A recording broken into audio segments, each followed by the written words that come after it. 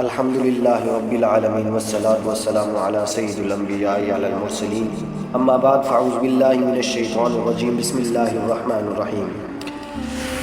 معزز سامعین کرام، ایک صحابی کا واقعہ ہے، اللہ کے عرش کا جھومنا۔ جب اس صحابی کی وفات ہوتی ہے تو اللہ کا عرش جھوم اٹھتا ہے۔ ایسا ایک موقع آیا، حضرت سعد بن معاذ رضی اللہ تعالی عنہ کے انتقال کے دن آپ علیہ السلام انگلیوں کے بل چل رہے تھے۔ صحابہ نے عرض کی، حضور آج آپ پورا پاؤں نہیں لگا رہے۔ فرمایا، مدینے میں میرے ساتھ کے جنازے میں آنے والے فرشتوں کی بھیڑ اتنی ہے کہ پورا قدم رکھنے کی جگہ ہی نہیں مل رہی۔ صحابہ 70,000 فرشتے حضرت سعد بن معاذ رضی اللہ تعالی عنہ کے جنازے میں آئے۔ اللہ کا عرش بھی کانپ اٹھا تھا، جھوم اٹھا تھا۔ حضرت سعد کے جنازے پہ تو کبھی حضور علیہ السلام پاؤں لگاتے اور کبھی پورا پاؤں چلتے۔ ویسے حضور علیہ السلام کے چلنے کا طریقہ یہ تھا کہ پاؤں خوب جمتا تھا اور اس کا نشان زمین کے اوپر پڑ جاتا، بالخصوص اگر کوئی پتھر ہوتا اور آقا کریم علیہ السلام ننگے پاؤں ہوتے تو حضرت ابو ہریرہ رضی اللہ تعالیٰ عنہ سے روایت ہے، کانا اذا مشی علی الصخر غاصت قدماہ فیہ وعصرت، تو حضور علیہ السلام کے قدموں کے نشان پہ ثبت ہو جاتے۔ سلطان قاتبائی کے پاس ایک پتھر تھا جس نے 20,000 دینار کا خریدا تھا اور اس پہ حضور علیہ السلام کے قدموں کا نشان و نقش تھا۔ ساری زندگی اس نے اپنے پاس رکھا۔ مرنے کے بعد اس نے وصیت کی کہ اس پتھر کو میری قبر کے سرحانے لگانا۔ امام خفاجی فرماتے ہیں، ہوا موجود الی الان، وہ پتھر آج بھی اس کے قبر کے سرحانے لگا ہوا ہے۔ تو حضور علیہ السلام کے مبارک قدم کی تلیاں پر گوشت تھی اور آقا کریم علیہ السلام جب زمین پہ پاؤں لگاتے تو پورا قدم لگاتے۔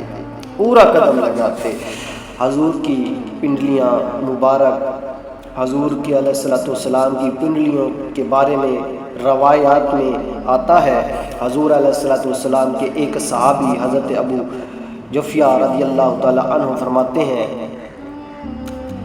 کانا انظر الی وبیس الخساقیہ، کہتے ہیں میں حضور علیہ السلام کی مبارک پنڈلیوں کی چمک اب بھی تصور میں دیکھ رہا ہوں۔ صحیح بخاری کتاب المناقب، حضرت سراقہ رضی اللہ تعالی عنہ نے حضور کی پنڈلیوں کا حسن بیان کیا۔ یہ سراقہ بن مالک وہ ایک شخص ہے جس نے حضور علیہ السلام کو گرفتار کرنے کے لیے حضور کا پیچھا کیا۔ جب حضور نے ہجرت کی، ابو جہل نے 100 سرخ اونٹ انعام رکھا تھا۔ اس ٹائم 100 اونٹ سرخ رنگ کے اونٹوں کا انعام رکھا تھا۔ تو یہ حضور علیہ السلام کی تلاش میں نکلا حتیٰ کہ اس نے حضور علیہ السلام کو پا لیا۔ ناپاک ارادے سے آگے بڑھا، لیکن اس کا جو گھوڑا تھا وہ گھٹنوں تک زمین میں دھس گیا۔ اس نے معذرت کی، حضور نے معاف کر دیا، گھوڑا باہر آیا، لیکن چنانچہ انعام بہت بڑا تھا۔ پھر دوبارہ پروگرام بدل گیا اس کا، پھر آگے بڑھا تو پھر گھوڑا گھٹنوں تک زمین میں دھس گیا۔ تیسری مرتبہ پھر ایسا ہوا، حضور علیہ السلام نے فرمایا، سراقہ تم مجھے گرفتار کرنا چاہ رہے ہو اور میں تمہارے ہاتھوں میں کسرا کے کنگن دیکھ رہا ہوں۔ یہ کب کہا؟ جب حضور علیہ السلام ہجرت کر کے جا رہے تھے۔ جن لوگوں نے یہ مفہوم بیان کیا کہ حضور ڈرتے بھاگ گئے تھے، انہوں نے تاریخ کے ورق کو پڑھا ہی نہیں اور تاریخ کی کتابوں کو پڑھا ہی نہیں ہے اور ہجرت کے مفہوم کو سمجھا ہی نہیں ہے۔ علامہ اقبال نے کہا، ایک جگہ لکھا، قصہ گوئے حق زماں پوشیدہ میں نے ہجرت غلط فاہیا دیدہ اند۔ انہوں نے ہجرت کو سمجھا ہی نہیں ہے، یہ اسلام کی افادیت کے لیے تھا، اور کوئی بھی تمہارا وطن نہیں، ساری دنیا تمہارا وطن ہے، یہ بتانا مقصود تھا۔ مسلمانوں کو افاقیت دینا مقصود تھا، چین عرب ہمارا، ہندوستان ہے ہمارا، مسلم ہے ہم، وطن ہے سارا جہاں ہمارا، یہ پیغام دینا مقصود تھا۔ تو خیر، حضور علیہ السلام نے فرمایا، میں تیرے ہاتھوں میں کسرا کے کنگن دیکھ رہا ہوں جو اس زمانے کے سپر پاور ہے، اور تو مجھے گرفتار کرنے آیا ہے۔ اور ان کا سینہ روشن ہو گیا، اور حضور علیہ السلام کے لیے ان کے دل میں محبتوں کے جذبات پیدا ہوئے، اور لبوں پر اسلام کا کلمہ جاری ہوا۔ اب جب واپس آئے تو جو بھی راستے میں ملتا تو اسے کہتے، ادھر رہنے دو، ادھر رہنے دو، ادھر میں دیکھ آیا ہوں، ادھر رہنے دو، ادھر میں دیکھ آیا ہوں۔ اور وہ سمجھتے کہ دیکھ آئے ہیں، شاید ملے نہیں، وہ راستہ محفوظ ہو گیا۔ حضور علیہ السلام مدینے چلے گئے۔ حضرت سراقہ نے جب حضور علیہ السلام کو دیکھا تو وہ حضور علیہ السلام کی پنڈلی کا حسن بیان کرتے ہیں، کہتے ہیں حضور علیہ السلام جب اونٹنی پہ تشریف فرماتے میں آگے بڑھا، فلما دانوت منہ وہو علی ناقتیہ، جب میں گرفتار کرنے کے ناپاک ارادے سے آگے بڑھا تو حضور علیہ السلام اپنی ناقہ پہ تھے، اپنی سواری پہ تھے۔ فرمایا جعلت انظر الی ساقہ، تو میں حضور علیہ السلام کی پنڈلی کو دیکھتا رہ گیا۔ اب وہ کیسی تھی؟ ایک بادیہ نشین ایک عرب نے اس کا نقشہ کیسے کھینچا، کہتے ہیں کأنہ جمارۃ، ایسی تھی جیسے جمارہ ہوتا ہے۔ اب جمارہ کیا ہے؟ آپ نے کبھی دیکھا ہو کہ کھجور جب نئی شاخیں نکالتی ہے تو جو نئی نکھرتی ہوئی شاخیں ہیں، وہ سفید شاخ جو درمیان سے نکلتی ہے چمکدار، اس کو عرب میں جمارہ کہتے ہیں۔ اعلیٰ حضرت رحم اللہ فرماتے ہیں، ساکے اصل قدم شاخ نخل کرم، شمع راہ اصابت پہ لاکھوں سلام۔ حضور علیہ السلام کے مبارک گھٹنوں کے بارے میں حضرت علی رضی اللہ تعالی عنہ سے روایت ہے، عن علی رضی اللہ تعالی عنہ قال کان رسول اللہ صلی اللہ علیہ وآلہ وسلم دخم القرادیسی۔ حضرت علی رضی اللہ تعالی عنہ سے روایت ہے کہ حضور علیہ السلام بڑے مضبوط جوڑوں والے تھے۔ ایک روایت میں جلیل المشاشی کے الفاظ بھی آئے، اور اعلیٰ حضرت رحم اللہ فرماتے ہیں، انبیاء طے کرے زانو جن کے حضور، زانوں کے وجاہت پہ لاکھوں سلام۔ حضور کے قدموں کے بارے میں حضرت علی رضی اللہ تعالیٰ عنہ روایت کرتے ہیں، لم یکن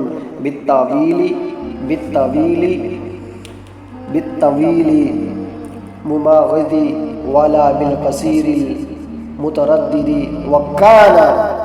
وکان رباعۃ من القوم لم ار قبلہ ولا بعدہ مثلہ۔ کہتے ہیں قد لمبا تھا، نہ چھوٹا تھا، درمیانہ قد تھا۔ پھر کہتے ہیں کیا بتاؤں حضور علیہ السلام جیسا نہ پہلے دیکھا نہ بعد میں دیکھا، نہ پہلے دیکھا نہ بعد میں دیکھا۔ حضرت حسان بن ثابت رضی اللہ تعالی عنہ کہتے ہیں دیکھتے ہیں کیسے کسی ماں نے جنم دیا ہے تو دکھاتے، کسی ماں نے ایسے شخص کو جنم دیا ہے جیسے میرا حضور ہے، کسی ماں نے ایسا جنم نہیں دیا۔ وہ آمنہ کا لال ہے، بس اس دنیا پہ وہ صرف آمنہ کا لال ہے، ان کے علاوہ کوئی اور نہیں ہے۔ حسینہ جمیلہ دا منہ موڑ دیتا، محمد بنا کے قلم توڑ دیتا۔ حضرت انس رضی اللہ تعالی عنہ سے روایت سنیے، ان انس رضی اللہ تعالی عنہ قال کان رسول اللہ صلی اللہ علیہ وآلہ وسلم احسن الناس قواما و احسن الناس وجہا۔ حضرت انس رضی اللہ تعالی عنہ حضور کے قد زیباں کے بارے میں بیان فرماتے ہیں کہ حضور علیہ السلام قد و قامت اور چہرہ اقدس کے لحاظ سے تمام لوگوں سے حسین تھے، تاریخ مدینہ دمشقی 3/278 کہتے ہیں جیسا قد میرے حضور کا تھا کسی اور کا نہیں تھا، اور جیسا چہرہ میرے حضور کا تھا کسی اور کا نہیں تھا، اور اس قد نور کو اللہ نے بے سایہ بنایا، بے سایہ بنایا، حضور کا سایہ نہیں تھا۔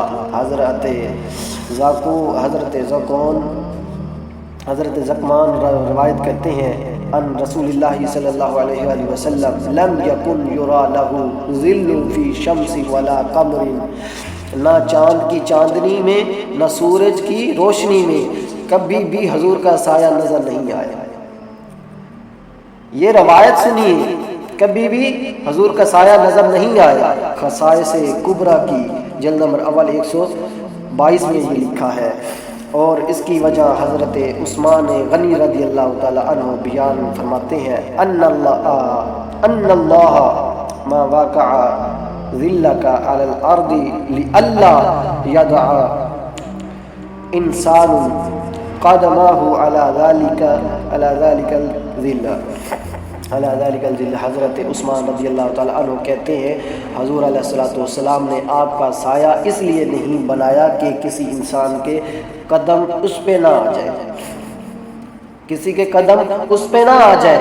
اور حضرت مجدد الفسانی رحمۃ اللہ علیہ نے بھی ایک توجہ کی ہے کہ اور سایہ نبوت و عالم شہادت سایہ ہر شخص لطیف تراست چو لطیف ترازوے در عالم نباشت اور اسائے چا صورت در۔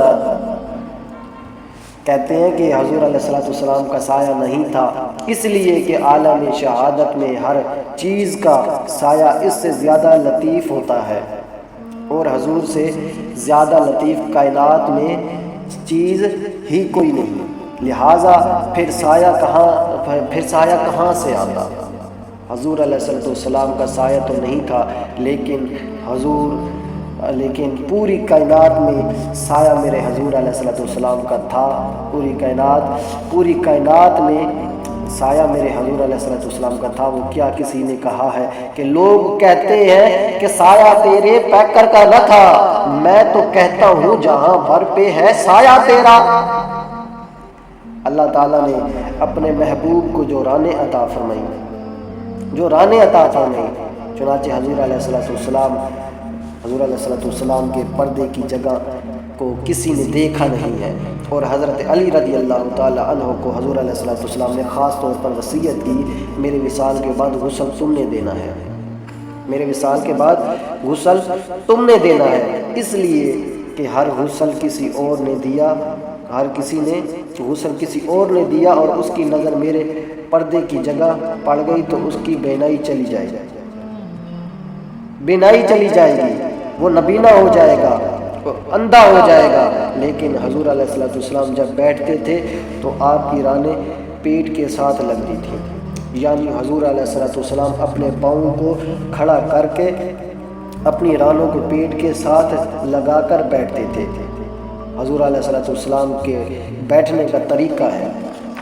اللہ نے اپنے محبوب کو یہ شان بھی دی کہ حضور علیہ السلام ناف بریدہ پیدا ہوئے، جب پیدا ہوئے تو ناف کٹی ہوئی تھی، اور مختون پیدا ہوئے ختنے ہوئے ہیں۔ حضرت عبداللہ ابن عمر رضی اللہ تعالی عنہ سے روایت ہے انہ ولد مختونا مسرورا، جب پیدا ہوئے تو ختنے پہلے ہی ہوئے تھے حضور کی ناف بھی کٹی ہوئی تھی۔ ماں کا جو خون ہے وہ بچے کو غذا بنتا ہے، جب بچے کی پیدائش ہوتی ہے تو پھر منہ کے ذریعے سے غذا شروع ہوتی ہے، لیکن حضور مقطوع السرہ پیدا ہوئے ہیں، اور اللہ وطن مدر میں بھی محبوب کو نوری کاغذ دے رہا ہے، نوری غذا دے رہا ہے۔ اور حضور علیہ السلام کے مبارک پیٹ کے بارے میں آتا ہے سوا البطنی و صدری، پیٹ اور سینہ برابر تھے، پیٹ اور سینہ برابر تھے۔ ام معبد کہتی ہیں کہ حضور کا پیٹ بڑا تھا، پیٹ بڑا ہوا نہیں تھا۔ ام معبد کہتی ہیں حضور کا پیٹ بڑا ہوا نہیں تھا۔ پیٹ کے سینے سے آگے ہونا یہ انسان کا جمال میں کمی کا سبب ہے، اور پیٹ بالکل چپکا ہوا ہو یہ بھی حسن کے منافی ہے۔ اس لیے حضور کا سینہ اور پیٹ بالکل برابر تھے۔ گو گئی کئی دن حضور علیہ السلام فاقوں سے گزارتے، لیکن اس کے باوجود اللہ نے اپنے محبوب پہ یہ جمال نصیب فرمایا ہوا تھا۔ سینے سے لے کر ناف تک بالوں کے ایک ہلکی سی لکیر تھی، اس کے علاوہ پورے پیٹ پر اور سینے پر کوئی بال نہیں تھا۔ لیس فی بطنہ ولا صدرہ شعر غیرہ، اس کے علاوہ کوئی بال نہیں تھا۔ پہلوؤں کا ذکر کرتے ہیں، پیٹ اور سائڈ پہ پہلو تو کہتے ہیں ابیض القشحین، حضور کے پہلو سفید تھے۔ حضرت اسید بن حضیر ایک صحابی ہے جو حضور علیہ السلام سے مزاح کر لیا کرتے تھے، اور حضور علیہ السلام ان سے مزاح کر لیا کرتے، اور آقا کریم علیہ السلام کے پاس کھڑے ہو کے وہ ایسی گفتگو کرتے کہ حضور خوش ہو جاتے، حضور کے چہرے پہ مسکراہٹ پیاری سی نکلتی۔ آقا کریم علیہ السلام کی طبیعت کے اندر سختی نہیں تھی۔ اللہ فرماتا ہے لو کنتا فظا غلیظ القلب لانفضوا من حولک، اے محبوب اگر آپ تراش مزاج ہوتا تو اتنے لوگ تیرے گرد جمع نہ ہوتے۔ رسول اللہ صلی اللہ علیہ وآلہ وسلم سے بڑھ کر تبسم کرنے والا کوئی نہیں تھا۔ جب اکیلے ہوتے تو متفکر رہتے، جب لوگوں سے ملتے تو پھر تب متبسم ہو جاتے، اور حضور علیہ السلام کا حق نہیں کرتے تھے۔ لیکن کبھی کوئی ایسی بات ہوتی، حضور علیہ السلام اتنا مسکراتے کہ حضور کی داڑھیں بھی صحابہ کو نظر آتی، صحابہ سے مزاح کر لیتے۔ حضور علیہ السلام صحابہ حضور علیہ السلام سے مذاق کر لیتے۔ ایک صحابی کا نام ظہیر بتلایا جاتا ہے، وہ ایک دیہات کا رہنے والا تھا، اور حضور علیہ السلام سے حضور علیہ السلام فرمایا کرتے تھے یہ ہمارا دیہات ہے۔ حضور پاک فرماتے تھے یہ ہمارا دیہات ہے، اور ہم اس کے شہر میں وہ مسجد نبی کے پاس آ کے مسجد نبی کے آس پاس گھاس لا کر بیچتا، اور یہاں سے جو پیسے ملتے اس کی چیزیں اپنے دیہات کے لیے لے جاتا۔ ایک دن وہ گھاس بیچ رہا تھا، حضور علیہ السلام گزرے، دیکھا کہ ظہیر بیٹھا ہوا ہے۔ حضور پیچھے سے گئے، اس کی آنکھوں پہ ہاتھ رکھ دیا۔ حضور کے ہاتھ آئے اور پتہ نہ چلے کس کے ہاتھ ہے، اس کو پتہ چل گیا یہ ہاتھ حضور علیہ السلام کے ہیں۔ انہوں نے بتانے کی بجائے اپنی کمر کو پیچھے کیا، حضور علیہ السلام کے سینے سے جوڑا اور رگڑنے شروع کر دیا۔ حضور نے آنکھیں دبائی کہ بول بتا کون، لیکن وہ بولے ہی نہیں، اور میں کہتا ہوں انہوں نے کبھی بھی بولنا ہی نہیں تھا۔ سفینہ دے وچ ماہی ملیا تے گل وچ پا لئیے باہو، ڈر دی ماری اکھ نہ کھولا، متا پھر بچھڑ نہ جاؤں۔ حضرت ظہیر رضی اللہ تعالی عنہ بول ہی نہیں رہے، اور حضور علیہ السلام آگے آنکھیں دبا رہے ہیں۔ پھر حضور علیہ السلام نے خود ہی فرمایا اس غلام کو کون خریدے گا؟ اس نے کہا حضور میں تو بڑا سستا ہوں، مجھے کون خریدے گا؟ تو فرمایا تو اللہ کے ہاں بڑا مہنگا ہے۔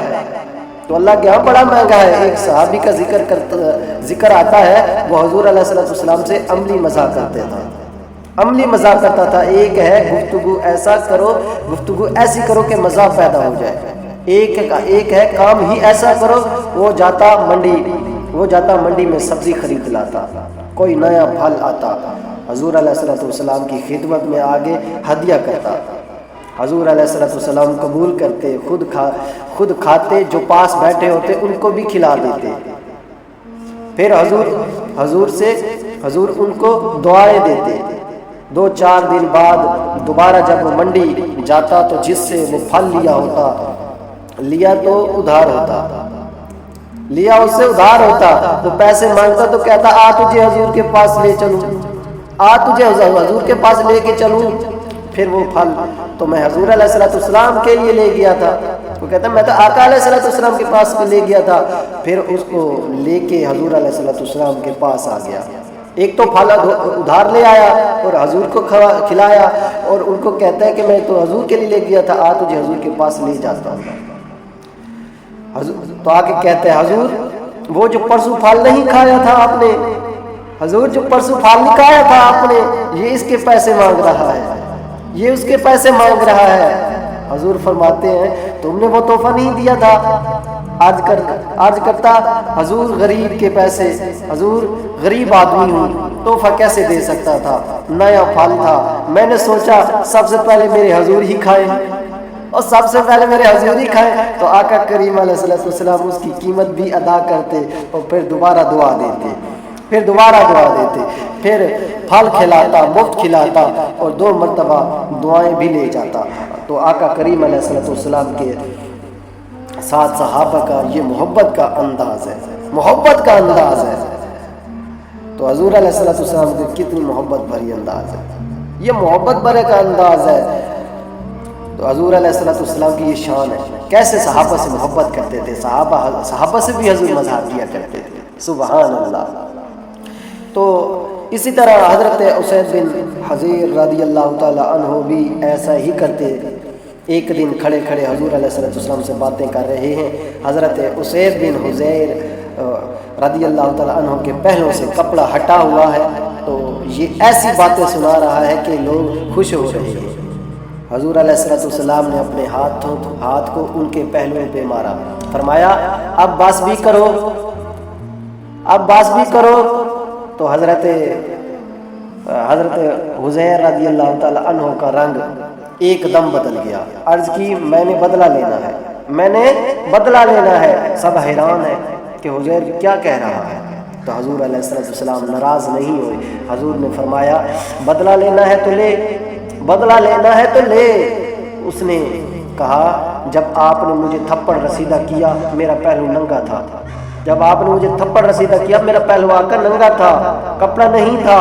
تو حضور علیہ السلام نے کپڑا ہٹا دیا، جب کپڑا ہٹا تو آقا علیہ السلام کے پہلوؤں کی وہ گوری گوری رنگت اور جھلک دکھائی دی۔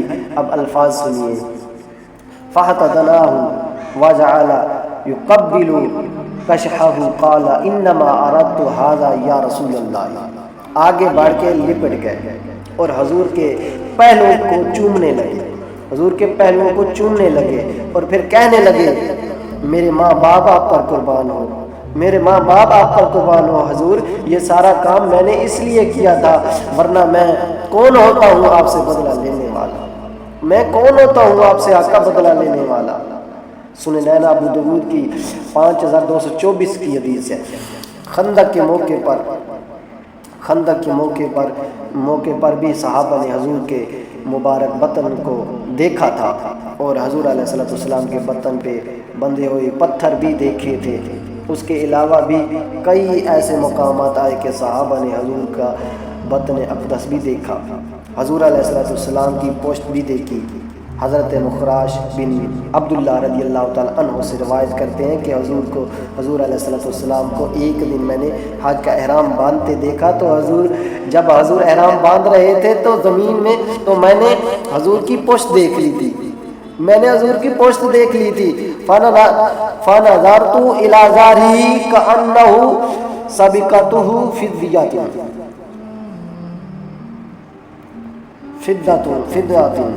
فَنَظَرْتُ إِلَى ظَهْرِهِ كَأَنَّهُ سَبِقَتُهُ فِضَّةٍ۔ ایسا لگتا تھا جس طرح چاندی میں ڈھلی ہوئی ہو، ایسا لگتا تھا جیسے چاندی میں ڈھلی ہوئی ہو۔ میرے حضور اتنے پیارے تھے، حضور کا حسن بھی ایسا تھا، اور صحابہ سے حضور نے کیسے مزاح کی۔ حضرت ظہیر سے حضور کا مزاح فرمانا، صحابہ نے بھی حضور سے مزاح کی اور حضور نے بھی ان سے مزاح فرماتے تھے۔ اور میرے آقا سخت مزاج نہیں تھے، میرے آقا سخت مزاج نہیں تھے، میرے آقا کا کتنا ہے۔ اللہ نے بھی فرما دیا لو کنت فظا غلیظ القلب لانفضوا من حولک، اے محبوب اگر تو تراش مزاج ہوتا تو اتنے لوگ تیرے گرد جمع نہ ہوتے۔ یہ رسول اللہ کی شان ہے، میرے آقا علیہ الصلوۃ والسلام کی شان ہے۔ سبحان اللہ، میرے آقا کریم علیہ الصلوۃ والسلام پر قربان جو۔ اللہ آپ کو بھی اور مجھے بھی حضور علیہ الصلوۃ والسلام کی محبت اور تعلیمات پر عمل کرنے کی توفیق عطا فرمائے۔ وآخر دعوانا ان الحمد للہ رب العالمین۔